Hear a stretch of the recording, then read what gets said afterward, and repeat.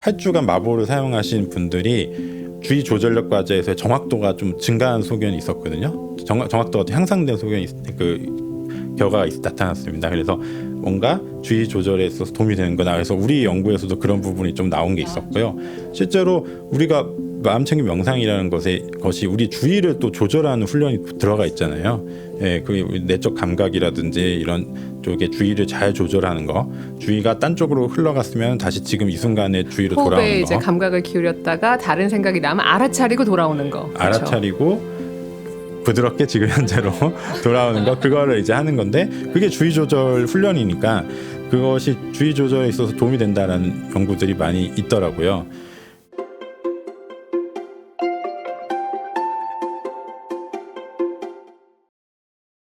네, 안녕하세요, 안녕하세요. 교수님. 교수님께서 진짜 앞에서부터 너무 말씀을 잘 해주셔서 저도 진짜 계속 많이 배우고 있는데요. 요즘에 사실 제가 좀 궁금한 게 있어요. 요즘에 마보에도 되게 많이 ADHD 뭐 이런 것들 때문에 이제 고민을 보내주시는 분들이 되게 많거든요. 그리고 저도 이제 뭐 논문 같은 것들을 보면서 공부를 해보면 확실히 뭐 마음챙김 명상이 ADHD에도 도움이 된다 이런 얘기들이 있긴 한데, 근데 제가 이제 약간 고민이 되는 지점은 이 ADHD라는 게 사실은 이 진단명 자체가 최근에 더 막 알려지고 있다. 그래서 또 어떤 또 심리학자들이나 또 신경과학자들은 이게 약간 만들어진 병이다. 네, 그래서 이게 꼭 우리가 정말 치료나 치유의 개념으로 봐야 되는지, 아니면 이게 그냥 좀 우리의 습관 같은 거라고 생각해야 되는지, 그래서 교수님의 의견이 좀 궁금합니다. 어떻게 생각하세요?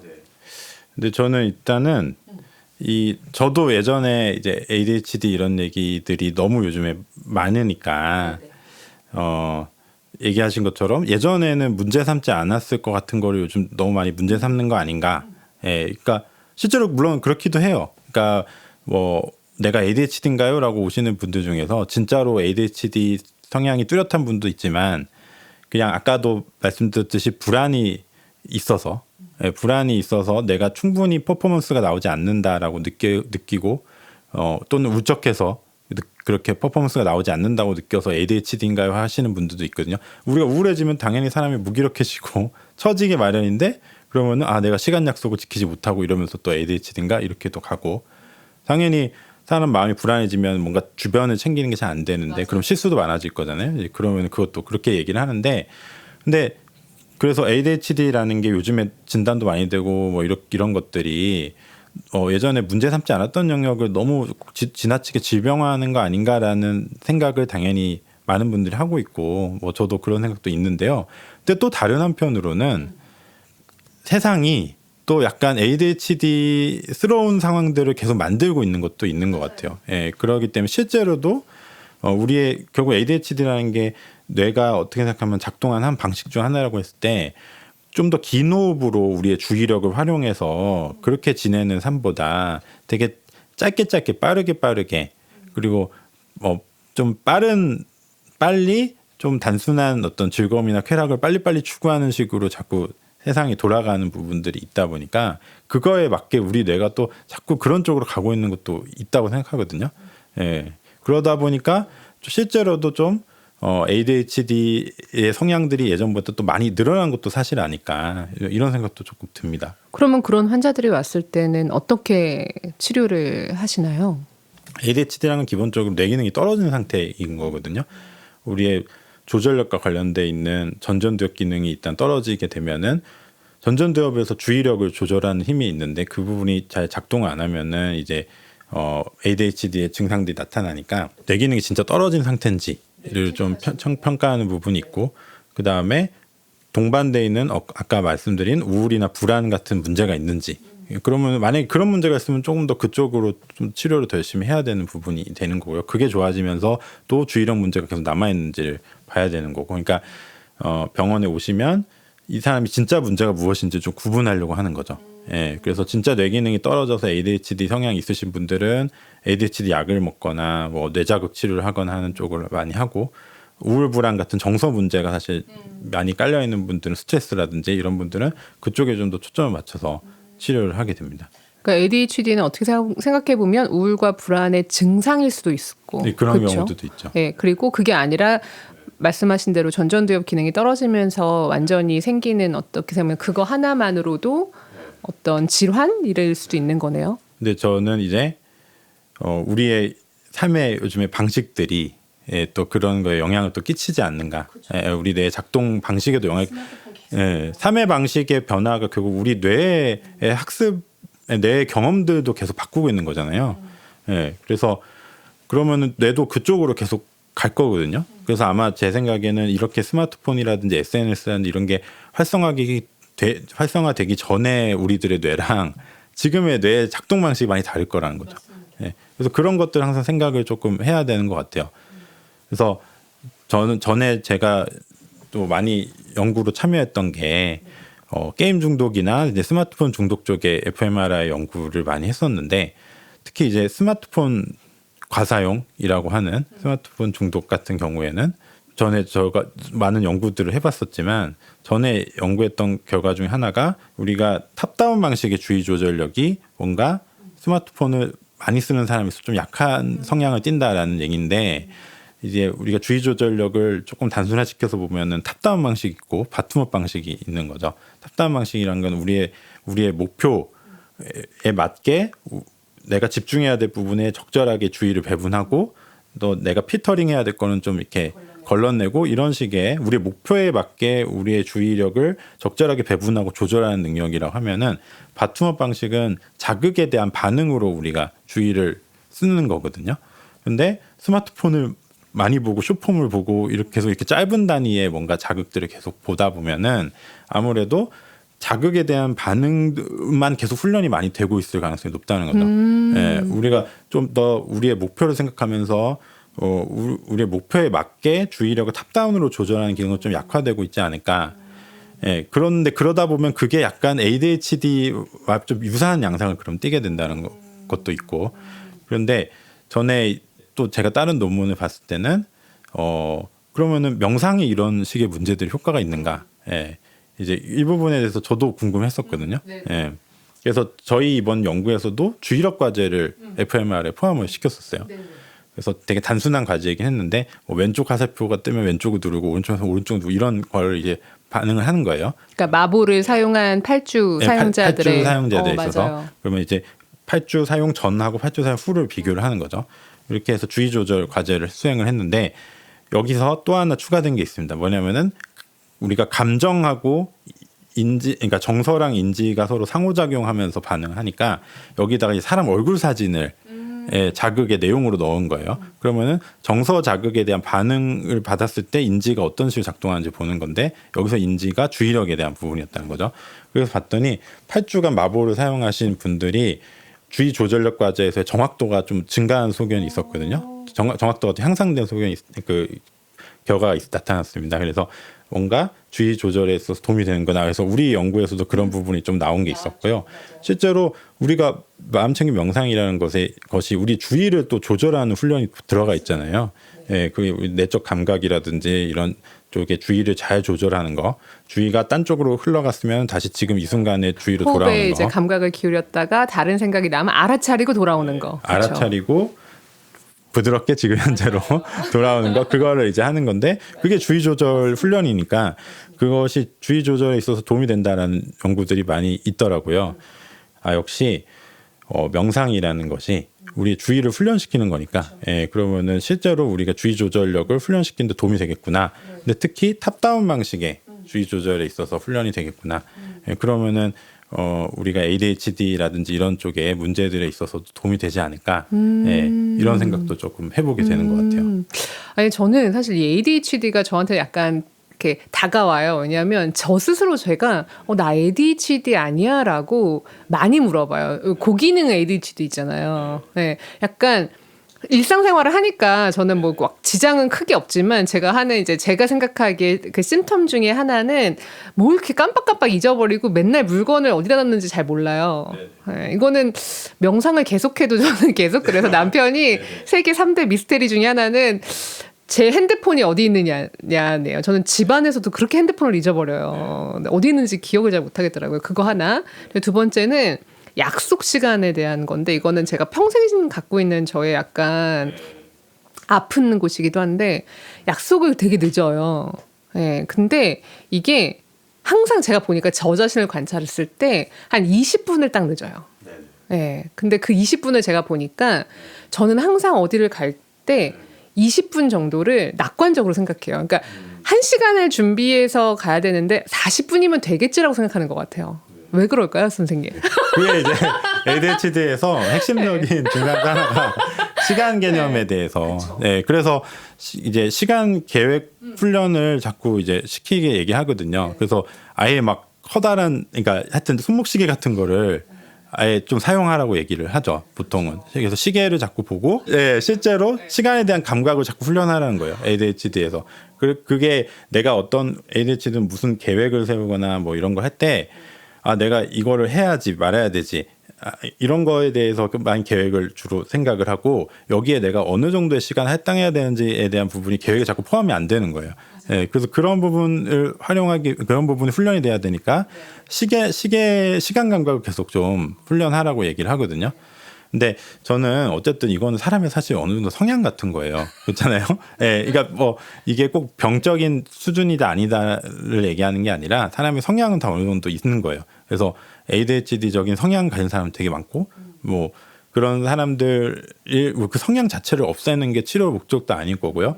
그게 그런데 내 삶에 있어서 어느 정도 문제가 안 되는 범위로 내가 나를 잘 내 성향을 이해하고 잘 이렇게 조절하는 방식들을 많이 키워가야 되는 거인 거죠. 예, 성향 자체를 바꾸려고 하면 안 되고 예, 너무 자책하는 마음이 들면 또 그 마음을 갖다가 지금 알아차리고 또 지금으로 돌아오시고 네. 그거는 나의 성향이다. 그리고 내가 이렇게 어떻게 생각하면은 여러 곳에 정신적인 에너지를 이렇게 한 번에 확 몰입하고 쓰고 이런 성향이 있는 거라서 또 도움이 되는 측면도 사실 있을 거다. 맞아요. 그러니까 어렸을 때는 그게 저는 제가 또 뭐 책 같은 걸 읽었을 때 되게 집중하거든요. 그래서 오히려 어머니는 얘는 집중력이 높아 이렇게 생각하셨는데 나중에 지금 생각해서 저도 이제 그 증상을 보면 사실 고기능 ADHD의 특징이 그거잖아요. 집중할 때 되게 집중하는데 나머지는 막 무시하고 있고 이런 게 사실은 좀 있잖아요. 그쵸. 그런 게 있더라고요. 또 저도. 몰입을 이제 하면 다른 섬세한 부분들이 잘 눈에 안 들어오는 거예요. 맞아요.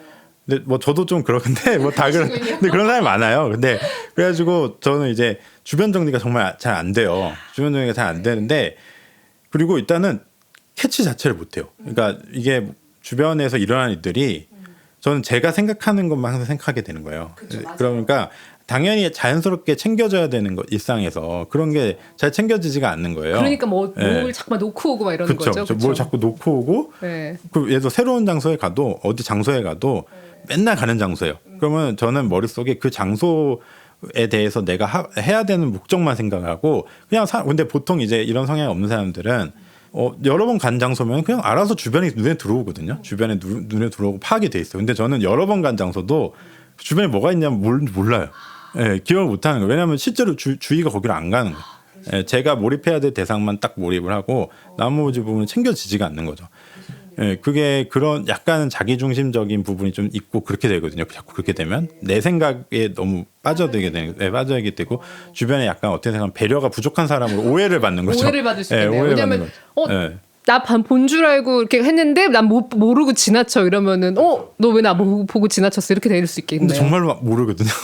몰라서 그런 거예요. 근데 이게 사람마다 성향인 거라 다 자기의 장점이 있고 단점이 있는 거니까. 근데 좀 단점이 되는 부분을 좀 보완하면서 지내면 되는 건데 이제 요즘에 너무 다 빠르게 자극이 계속 바뀌니까 우리의 이런 성향들이 더욱 더 강화되고 있는 게 아닌가.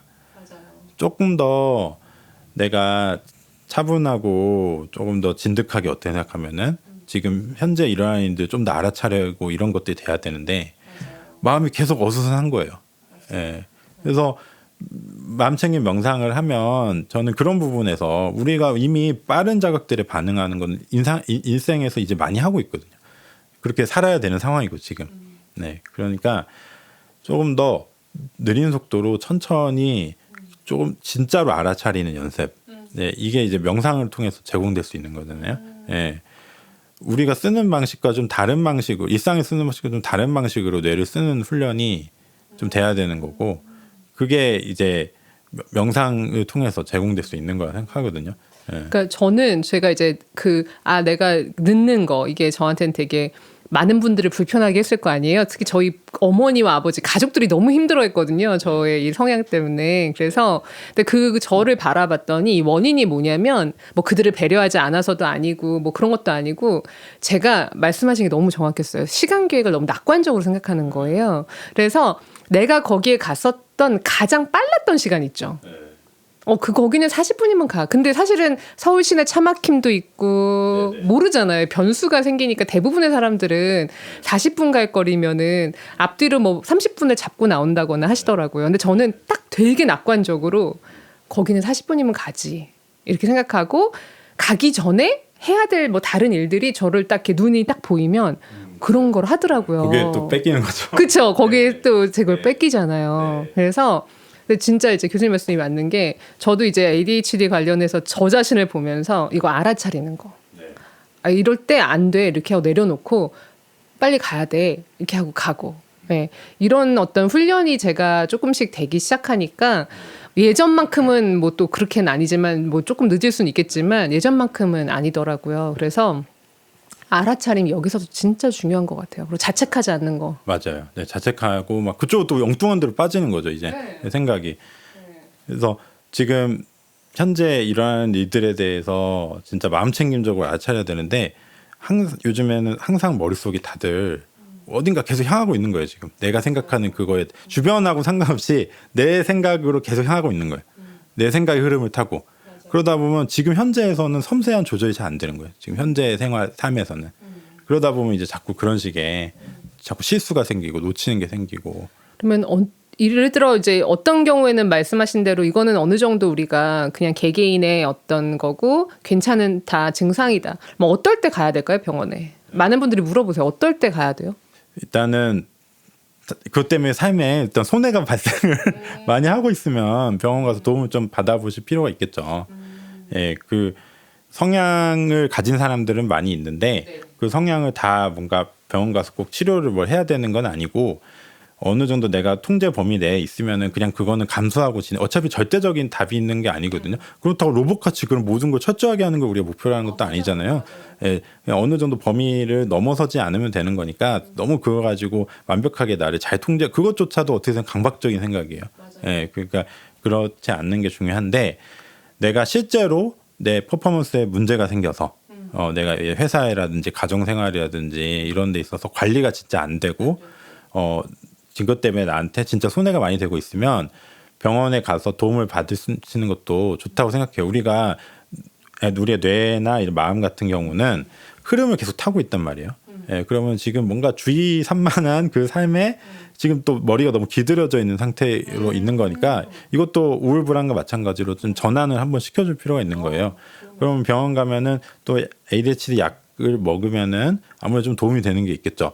그런데 이게 약에만 너무 의존하는 부분들이 요즘 많아서 이제 문제가 되는 거거든요. 결국에는 ADHD 약을 저도 처방은 많이 하지만 저도 마음속에서 항상 고민을 하면서 이제 처방을 하게 돼요. 왜냐하면 이게 효과는 분명히 초반에는 특히 있어요. 초반에는 더 일단은 각성 효과가 있거든요. 어느 정도에.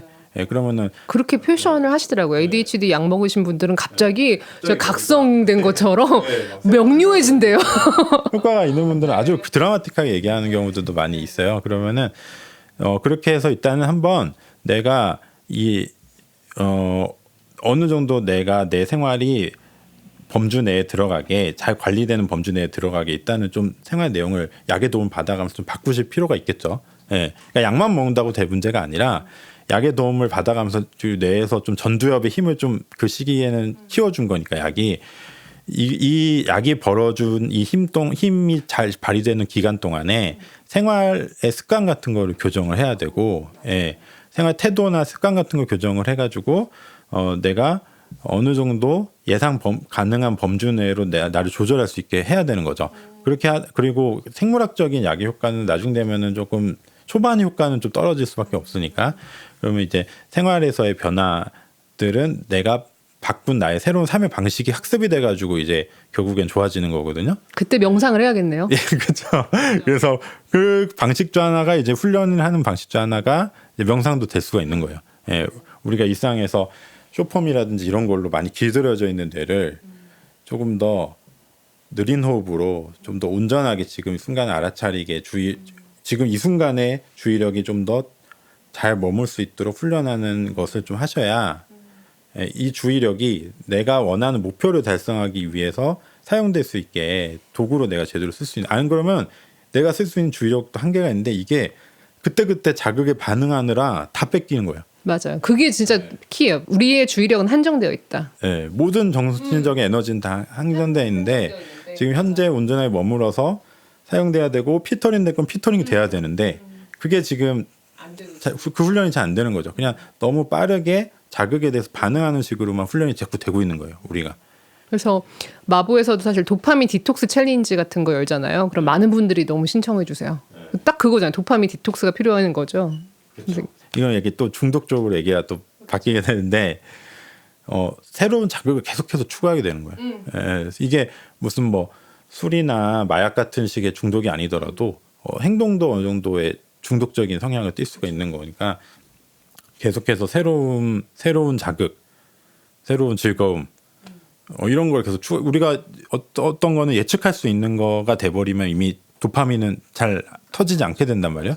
그러면 또 새로운 방식이 필요하게 되잖아요. 그럼 계속해서 또 새로운 자극을 만들어내야 돼요. 그리고 미디어에서는 또 그걸 너무 잘 파고들거든요. 예, 알고리즘들 통해서도 굉장히 잘 파고들고 이러니까 더 새롭고 더 자극적이고 막 주어져요. 처음엔 도파민이 터졌던 것이 나중에 안 터지게 되면 새롭고 더 강력한 거를 주어지게 또 도파민 터지게 만드는 거죠. 계속해서 거기에 기들어지게 되는 거예요. 그러면은 그쪽으로 계속해서 우리가 주의를 강력한 것에 주의를 계속 뺏기게 되면 조금 더 느린 호흡으로 천천히 들여다봐야 되는 어떻게 생각하면 내 마음의 진짜 중요한 부분들에는 주의력이 제대로 가지를 않는 거예요. 맞아요. 내 마음, 나 자신한테 내 마음에 온전하게 향해야 되는 주의력이 외부 자극을 다 뺏기고 있는 거죠. 그러면 제대로 활용이 안 되는 거죠. 네.